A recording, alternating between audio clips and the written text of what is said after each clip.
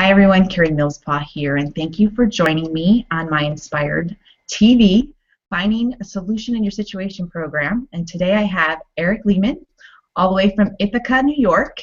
He is the founder of the Game Changer movement, and I cannot wait to share his story with you today. And so just sit back, be inspired, and enjoy our time with Erik today. Hi Erik, how are you? Oh, great, Karie. How are you? I'm awesome. I'm in sunny Vegas, and you're in New York. Do you guys have snow yet, or are you guys still okay? We had snow a few days ago, and today, I mean, it's just what they say in Ithaca is if you don't like the weather, wait 10 minutes. So today it's like 45 degrees, and tomorrow it'll be 60, which is a heat wave for us. I'm being from Michigan. It's the same rules. Just keep lots of layers at all times. Very cool. Well, I want to dive right in because you're such an interesting character, and I had the pleasure of meeting you literally last week. Was it exactly a week ago today? And so much has changed in a week. I can't believe it's been a week. But more importantly, I really want to dive into your story, Erik. So kind of take us through your childhood, kind of some background on you. Wow. Well, thanks for asking. I feel like what I love about this journey is that we are uniquely qualified to live our authentic mission, and so all these different life experiences. So I mean, it wasn't always just about love, life, and art, and I mean maybe it was, but it just showed up differently. So what I mean by that is that I lived in a very interesting family. My mom was a single parent for a while. And when I was 17, an event happened where we had a huge falling out, and it resulted in her calling the police and having me removed from my house. And I spent a whole bunch of time living in a homeless shelter for youth that I never even knew existed. It was actually in my school district, and I didn't even know it was there. And I didn't even know that there was such a thing called youth who experienced homelessness until I was one of them. So I feel like that was a really interesting introduction to the next part of my life. Along with that, what many would consider traumatic experience, came a whole bunch of miracles. And the first miracle was just that the shelter actually happened to be in my school district. So in essence, I was kicked out Monday or on a Friday, September 14th, and then I was back to school on Monday, September 17th in 1990.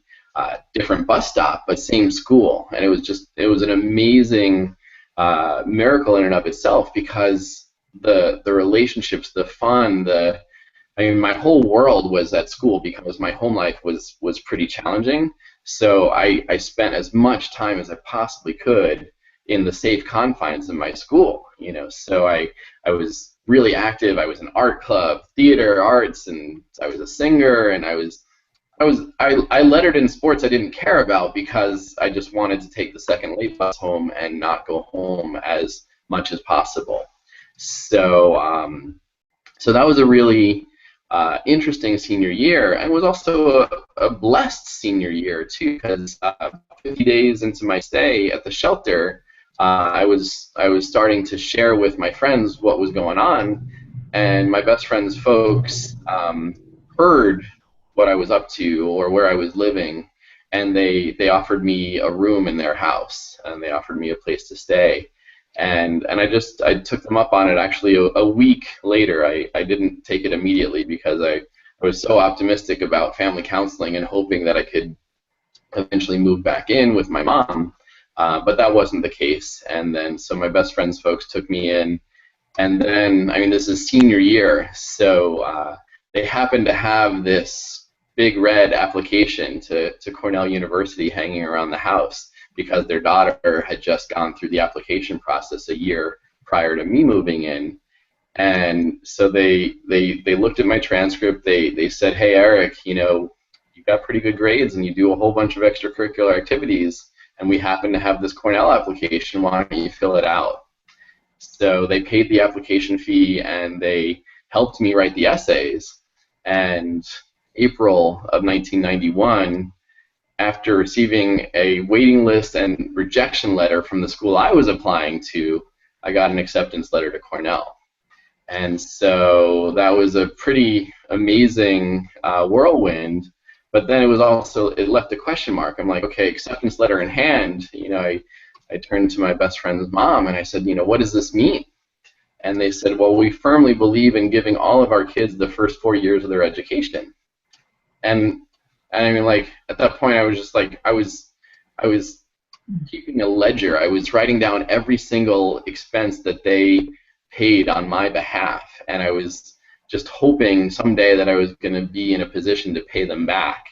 And then when they said, we're going to send you to school, it was this very interesting thing, because I wasn't even looking at our relationship that way. I didn't fully comprehend until the moment I got this acceptance letter that they looked at me as their son.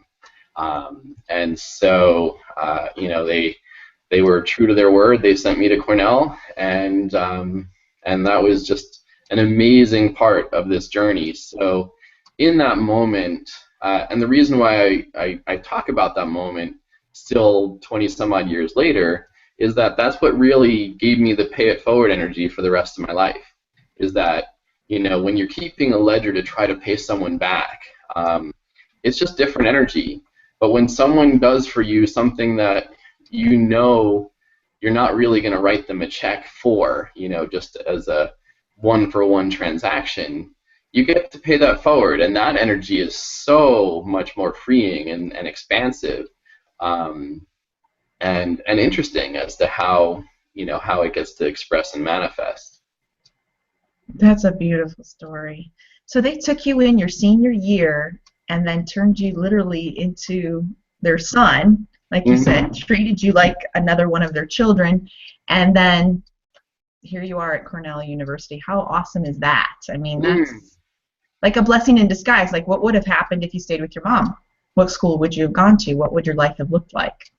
Well, I mean, I guess that's the beautiful thing about being only one person. You never know. I mean, you really never know what you didn't do. You only know what happened, And I mean, my feeling is that, like, I've had a kernel of love inside, born inside of me, so it would have manifested in some other way, but I'm glad I get to celebrate them, and just have their love as part of this unfoldment.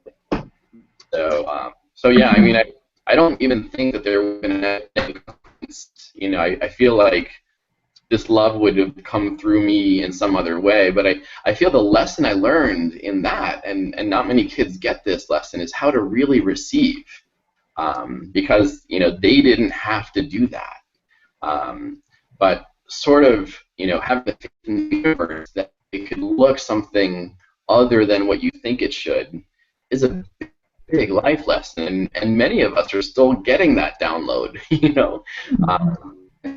and learning to just live, as talks about, is a lifelong journey, and so I feel really grateful that I got a huge part of that lesson really early on in life.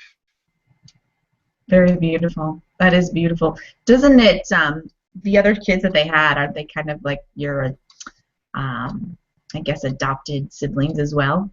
Yeah, and I mean, just going from best friend to brother, was an interesting transition, and going from, this, my best friend's sister to her being my sister, that was kind of interesting too, because we were all like in the same social circles, and then just transforming the titles in a way was cool.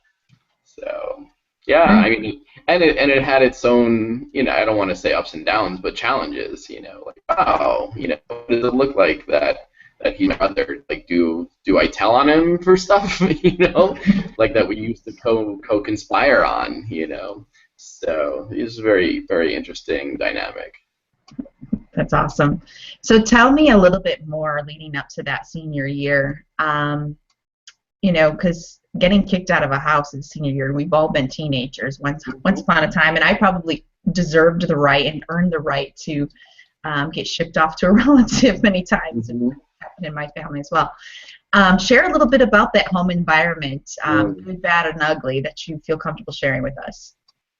Well, I feel like, I mean, I was pretty resourceful because it never felt really right. I mean, a lot of the energy at home, and I mean, this is where I become really sensitive to energy, so I consider it a blessing.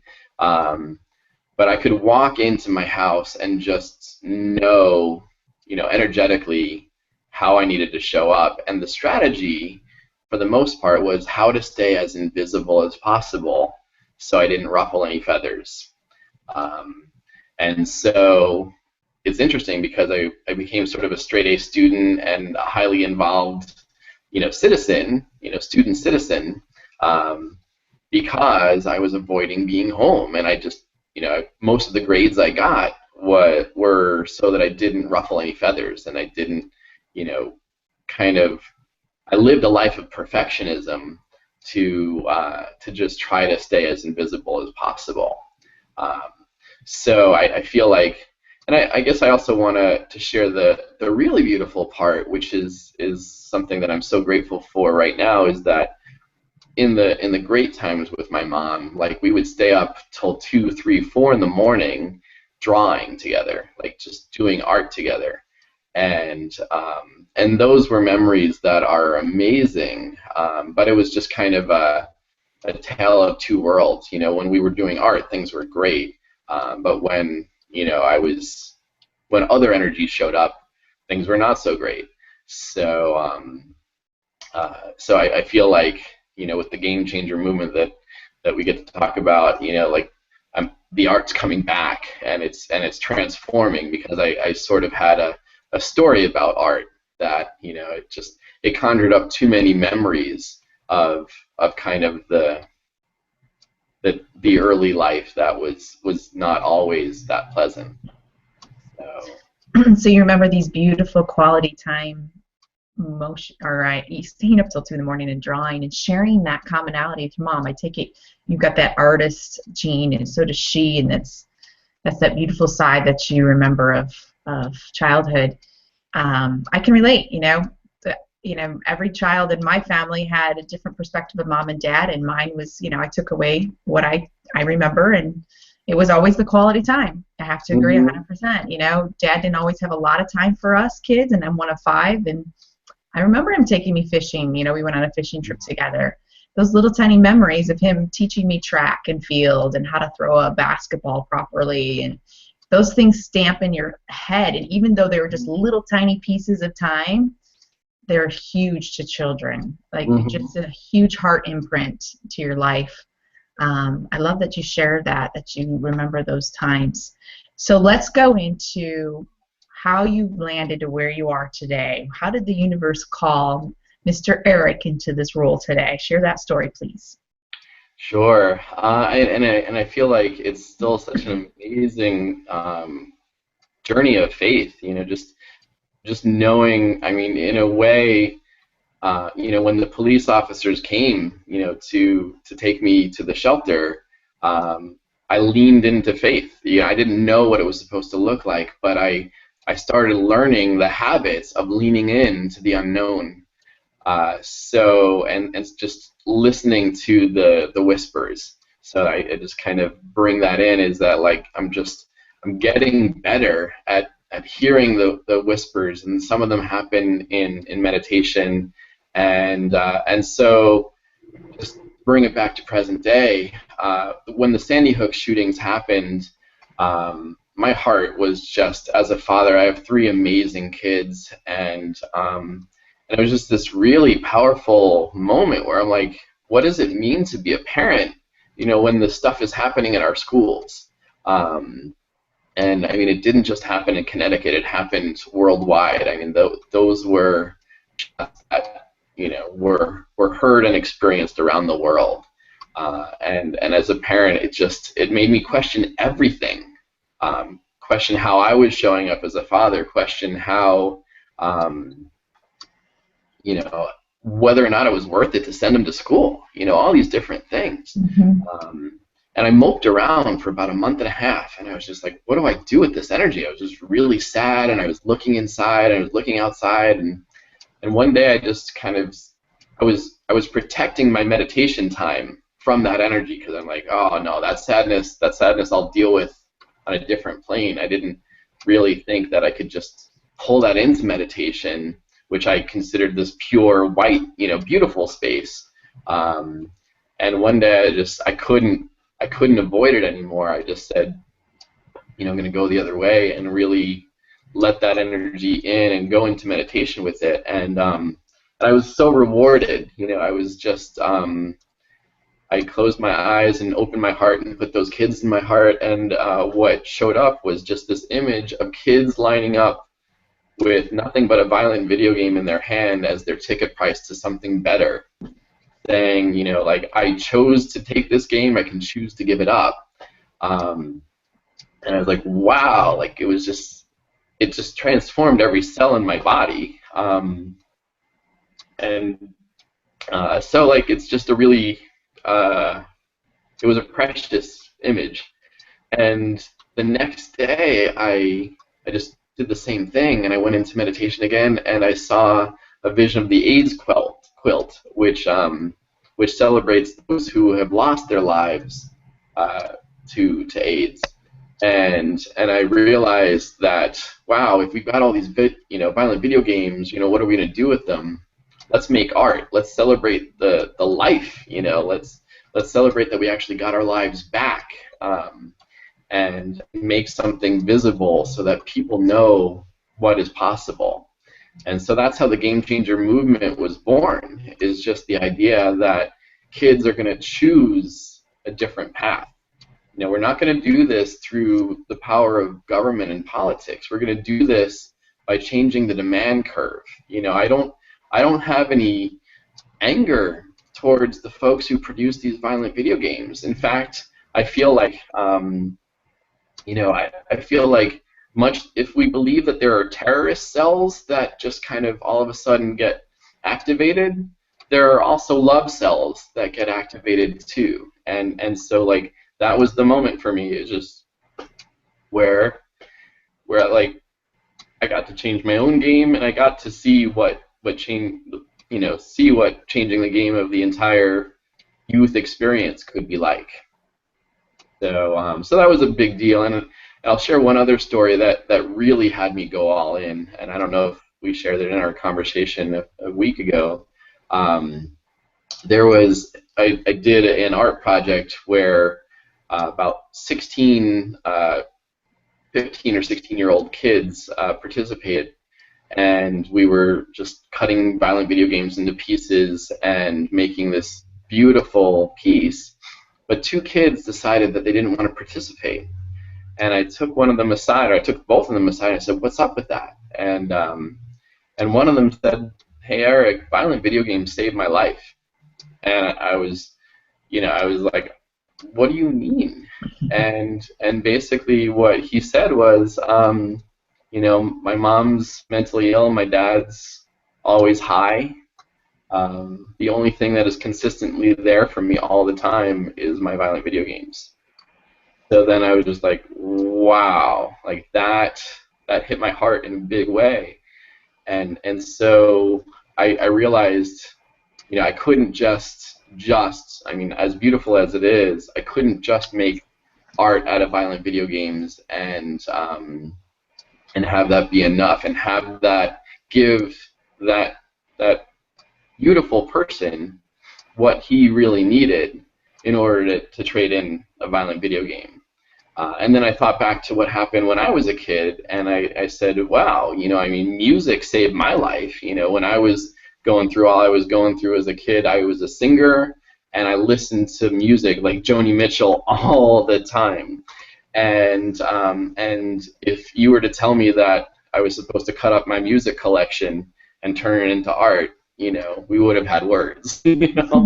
So I had a huge epiphany of empathy with him, and I said, wow, if I'm gonna do this, I'm gonna do this big time. Like, it can't just be a project. It has to be a movement. So that's that's why, that's why I went to visit you, Karie, because I knew that, like, energetically, all I knew about who you are and how you live, I knew that there would be resonant energy, and it would, and I feel fully that it's just time to let this love really be experienced by this generation, because kids truly don't care how much we know until they know how much we care. And that's really what Game Changers is here to do, is show kids how much I love them and how much we collectively love them. I love it, because love is the antidote to fear, and it is the cure to all, in my opinion. I mean, I'm just always have led my life heart first. In fact, I had a psychic reading. She's like, "You're just a big heart with arms and legs. That's what you are." I'm like, okay, that's a good description. I'll take it. That's a good one. It's not better. I've heard of worse, so I'll take that one. But I'm with you, because I am also, a single parent of a 10-year-old daughter. Dropping your children off to school, we all were super affected, and I believe we're coming up on the second anniversary of Sandy Hook, the school shooting. For those that are watching that aren't familiar with that, maybe internationally that haven't heard of that, it was a horrible shooting in Connecticut. It left all us parents wondering, is it safe to even drop our kids off anymore? Because you do this that one time, you're like, bye, have a great day, see you later. And as a parent, you think, okay, this is where she learns and school takes over, and I get my, go off to work and do what I need to do, without thinking, is that the last time I just saw my kid? That kind of violence and stuff that shows up in a childhood. I love, and I really went deep with you on this last week, I love that you're going to the root of the problem, because it isn't the guns. It's not even really just the video games. You pointed out with that child story, the challenge really is what's going on at home, and how can kids experience what they need from parents enough to not need to go outside and hide in music or video games or whatever it is. So it's almost more of a, I'll be bold, shame on you parents more than anything, that we've allowed ourselves to get so distracted and so caught up in whatever's going on in our own world and chasing our dreams that we're forgetting these little adults that we're creating all day and evolving into bigger adults. So what do you think, besides, what is your ultimate dream and vision for the Game Changers? What is the outcome that you're hoping for in your heart? Well, I mean, and I feel like when you said, like, shame on you parents, it's like, it's mea culpa too. Like, I mean, I sent my kids to the electronic babysitter a lot when I was a pharmaceutical rep, so I'm not gonna say that, like, I always knew what I was supposed to do as a parent, like, and by supposed to, it's big air quotes, like, I mean, the kids don't come with instructions, and I now know that each of my 3 children need a different father out of me, and I'm not always the best at it, and I guess all I want to do is just be better today than I was yesterday, and better tomorrow still. That being said, I feel like the first moment of Game Changers is to forgive ourselves. Like, we've all done something as parents with kids who didn't come with a manual, that we wish we did differently. And the first step to doing something different is to forgive ourselves and to not let the past weigh ourselves down.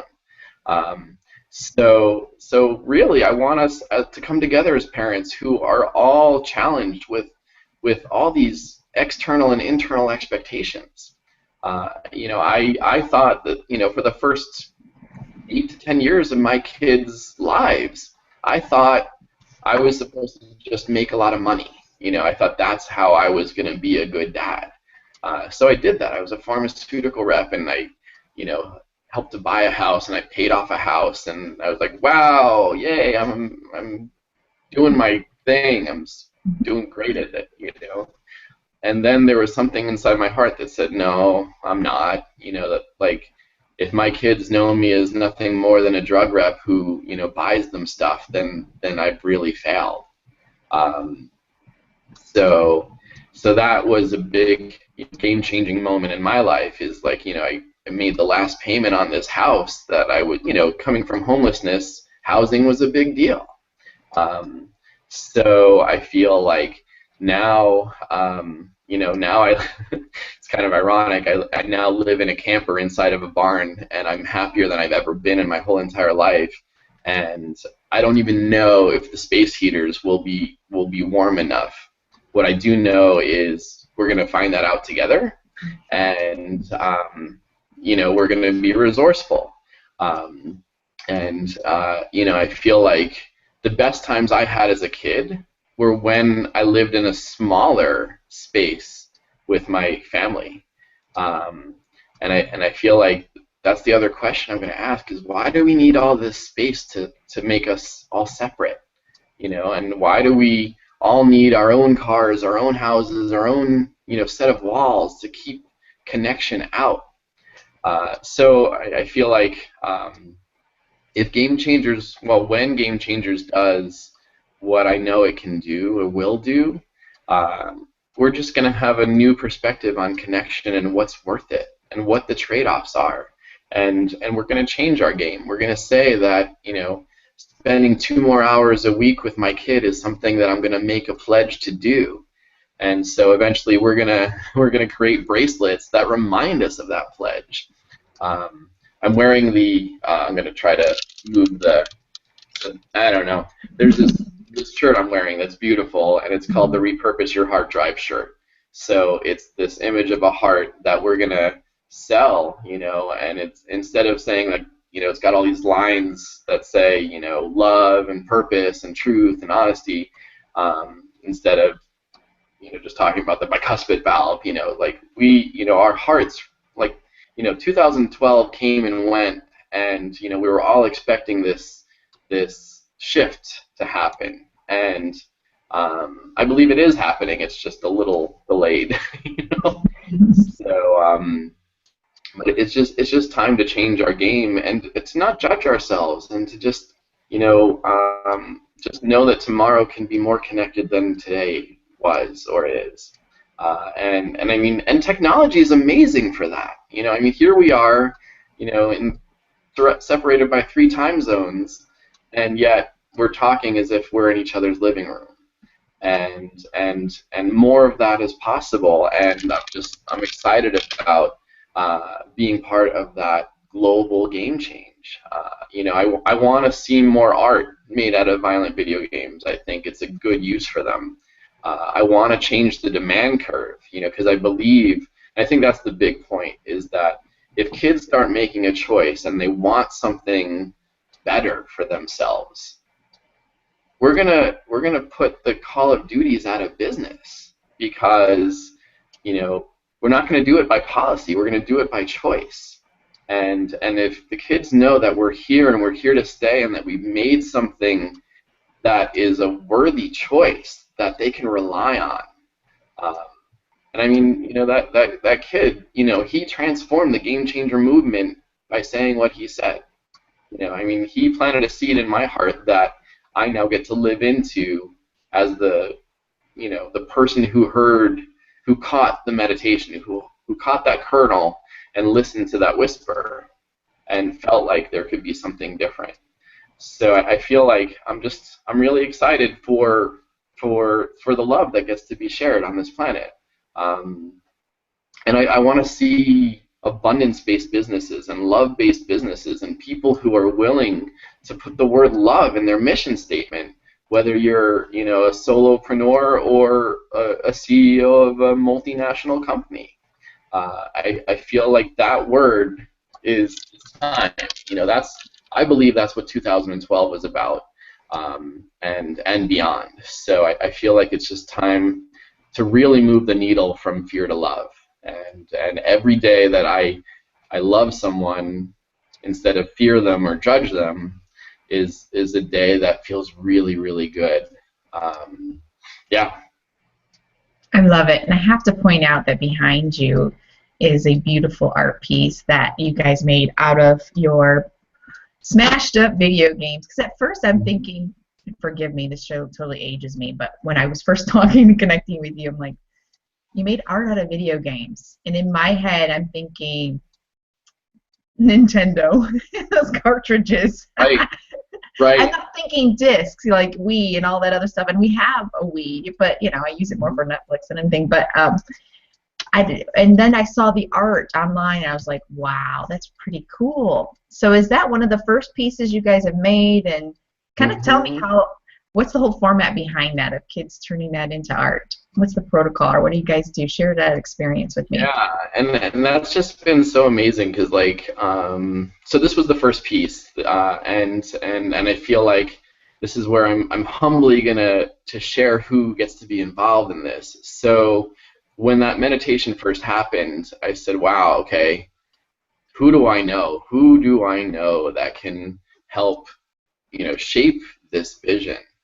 And then this woman, this artist, Lily Ye, who is a global phenomenon. She's like a small and petite body, but her love is so powerful and effervescent.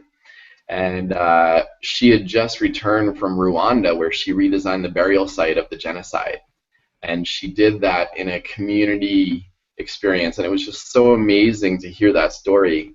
And so, we had this great connection, much like you. We shared a meal together about 4 or 5 years ago, and we've stayed in touch ever since. And I said, hey, Lily, this is what's coming through me. This is what I saw, and I want you part of it. And without pause, she's like, yep, I'll be there.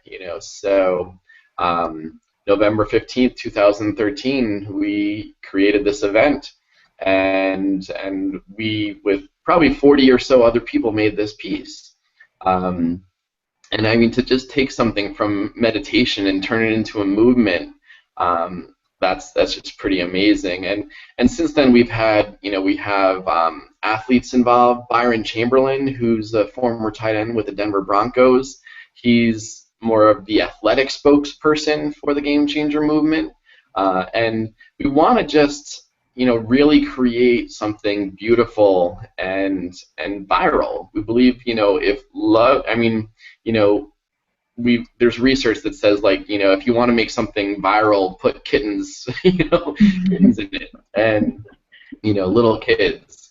And I think that's the truth, because it's just so pure, and like, we all love kittens and we all love that purity.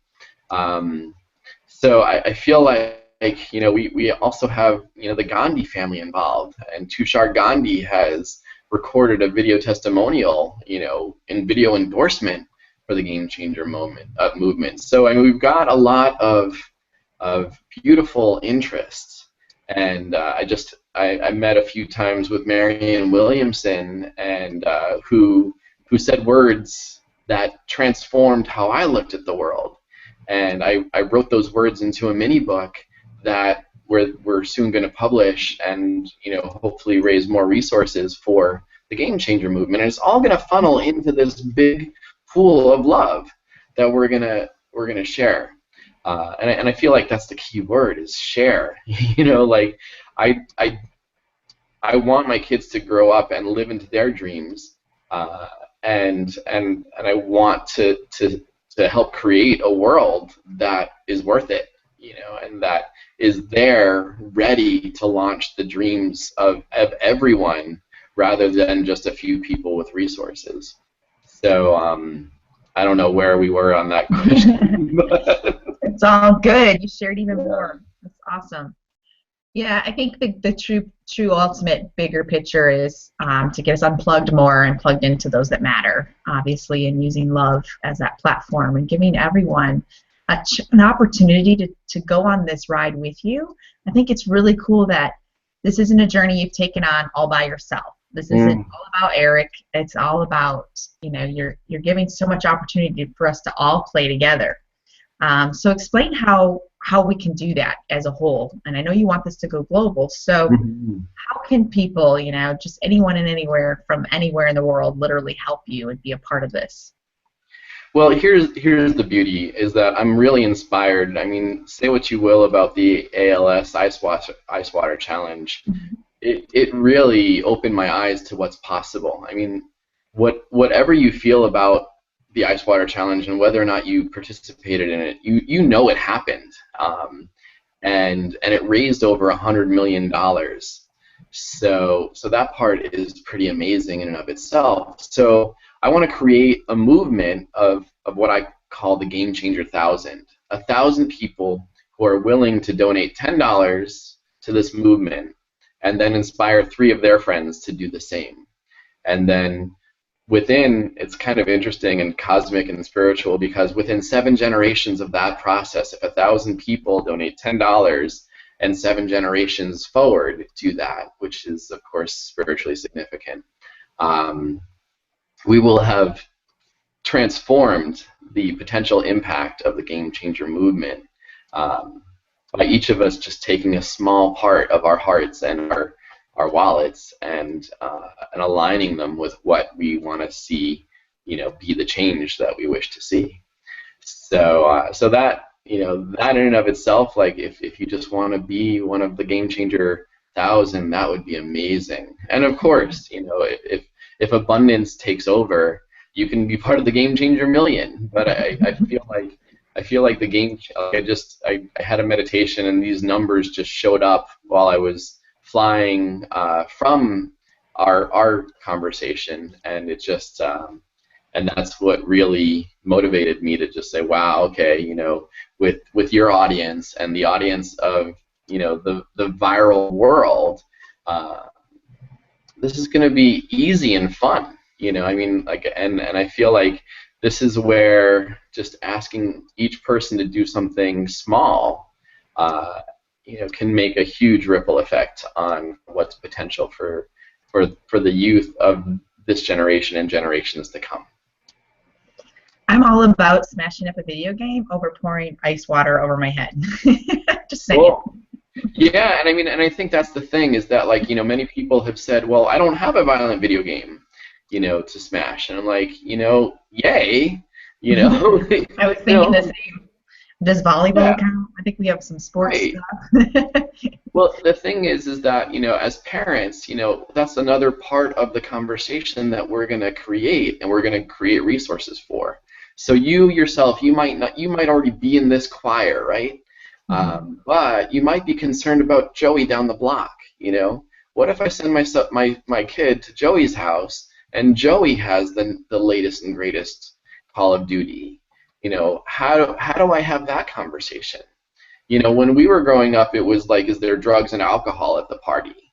And I mean, it's still that, and there are other things to contend with. There are other things to ask about.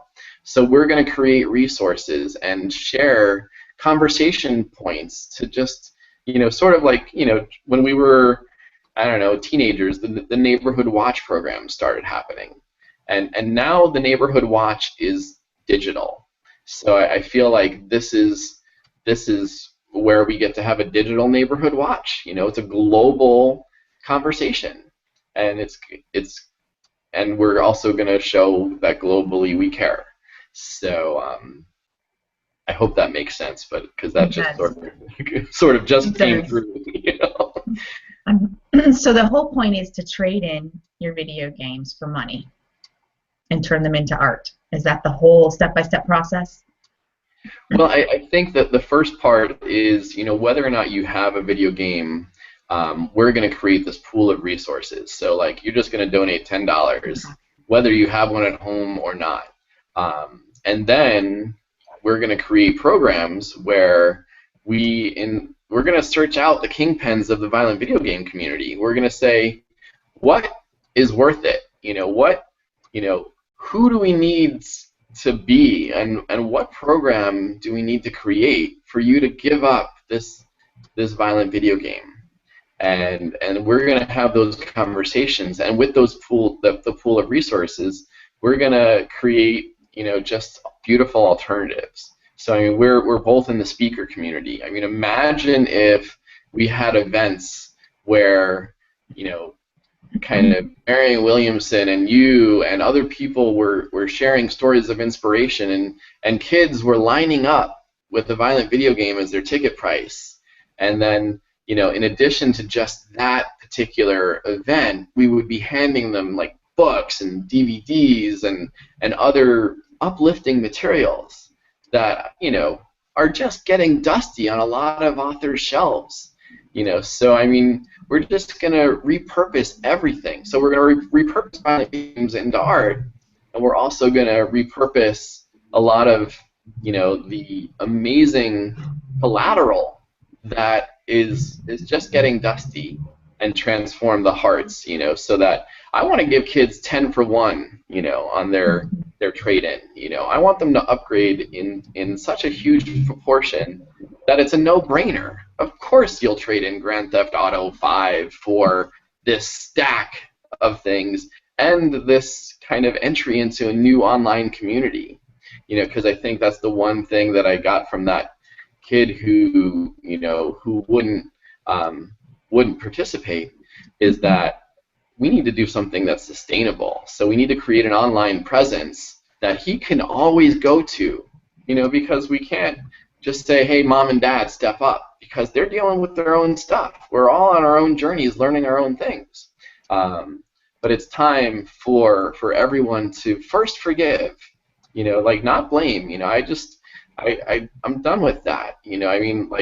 Call of Duty is here to call me to duty, and so I'm not saying shame on you, violent video game companies. I'm saying, we created that demand curve. We created the environment that made Grand Theft Auto net $800 million in the first 24 hours it was released.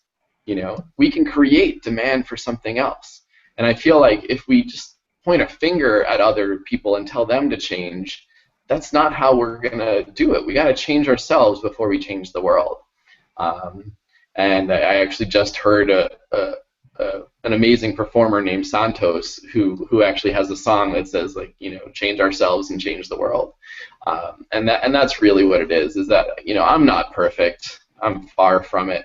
I just want to be better today than I was yesterday, and tomorrow looks really good. So. I know. That's what I tell every client of mine. Just be the best version of you. That's all you've got to handle today. That's it. Just be the best version of you. I love the bigger picture, and I love that we're not just taking something from them, which isn't always the solution. Sometimes they need to replace that with an upgrade. And I've done that with nutrition for years with clients. I'm going to take away your bad food, but I'm going to give you an upgrade with something healthier.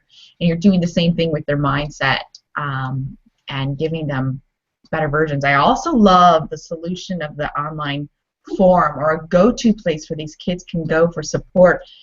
They're not getting it at home, but they can feel like they're in a safe environment to talk about their day or whatever's going on. And that's half the challenge with children is it's all bottled up inside and they don't have that safe space to go to.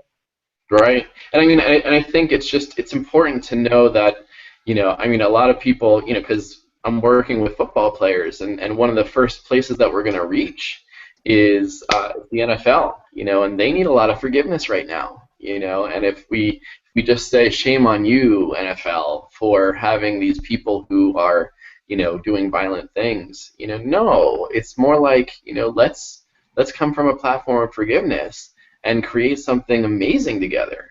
But the truth is, kids don't know where they can go, and violent video games actually there's science behind it. They're not a true release. They help release all these different hormones, but there's not. That's the difference between actually playing football, as compared to playing a violent video game. When you play football, you can actually leave it all on the field. You can get your full release. And there are violent and non-violent ways to get that release. But when you're playing violent video games, you're actually creating more stored potential energy for angst without a true release. And then you're losing all your sleep, so that you don't know necessarily how to regulate that, and that's the vicious spiral that we're trying to unwind.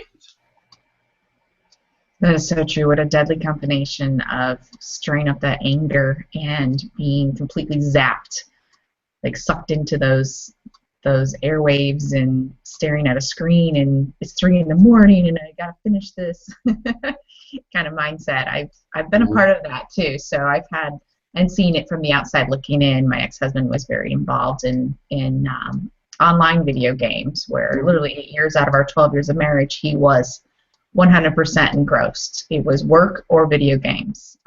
So it can rip apart a family, and it did. He's an ex-husband. So. So my heart really is into this. Yeah, and thank you for sharing that, because he needs forgiveness too. And we're all humans, and I mean, many of us say like, oh, at the end of a good long day at work, I just need to unwind. And what we choose to unwind with matters. You know, and I used to be just like, and I still partake in football. I have a fantasy football team, and that used to be my go-to. Like I could spend a whole Sunday watching football. And I would justify it as a parent. I would sit the kids down and teach them the math of football, just to sort of be, somewhat justified in my choice. But now, like, I asked my kids the other day, like, they for the most part on Sundays they get, if I'm with them, they get me. And there are times where I'll still be distracted by football, and I can be better tomorrow about that than I am today. So yeah, well, thank you for sharing your heart with this mission too, because it's important that we all know and start with forgiveness. Is that I mean, no one's at fault here. It's just we have better that we can do and be. Right. Yeah. It's just a shift. That's all you said from 2012. And I totally, when you said that, I started thinking of all the stuff in my life that's changed since that time. Wow. But the key thing is like you said, and it doesn't happen overnight. It's a journey. We're going to be a ripple effect, and we're going to get to make this bigger. And it can happen overnight. I'm cool with that too. But Sure. Overall, it's just the ripple effect's going to go out, and we get to be a part of this journey with you. So as we wrap up, how can our audience get in touch with you if they want to be a part of the Game Changer 1000, if they want to be do a donation, if they want to create an event in their own backyard with the neighborhood, or whatever they want to do? How do they get in touch with Erik? Well, Erik at dream-catalyst.org is my email. The Game Changer movement has its own kind of conversation page that is in development, so it's gamechangermovement.com. So that is going to be where you'll kind of see the latest and greatest, and knowing that this is going to go out really soon, I'm gonna hear that call and create a lot more more of the conversation, because it's really an interaction. I found a way in my community. I mean, the heart that you see behind me was endorsed and sponsored by the police department. They actually spent money thinking that this is a safety initiative. So I can help walk communities through creating programs like this, and we can figure out how to fund it too, together. And I think that's the key point, is that it's a conversation. It's not just one way, content delivery. It's, we want interaction. We want to know how you want to share your heart with this Game Changer movement, and how you changed your game. I think that's the other thing, is that we're going to start just gathering game changer stories, and they're not all going to be about violent video games. They're going to just be like, this is how I changed my game. This is what I traded in. This is the before, and then this is the middle. I mean, we're getting to the after. So, I mean, I want to start sharing those stories and interviewing people who themselves have changed their game. So you've inspired me to use this interview forum, for this conversation, for spreading it, and just celebrating and identifying game changers from every category of the world. So, yay! Absolutely. I've had a global audience for a while, and the world's a small place. It really is, thanks to technology, so we can really get the word out faster. Beautiful. And I'll include those links in the YouTube video as well, so that it'll be easy for people to just click on and see your information and contact information as well. Make it simple for them to connect with you. As we wrap up, Erik, any final thoughts for our audience today? Anything else that you want to share from your heart? Wow. Well, I mean, it's just it's such a day-by-day journey, and I have so much faith that this audience seeing this, feeling this. I mean, if you look behind me and you feel, I mean, you feel the energy of this heart. I mean, when 30, 40 people come together and make a piece of art together, and nobody's ego says, I did that.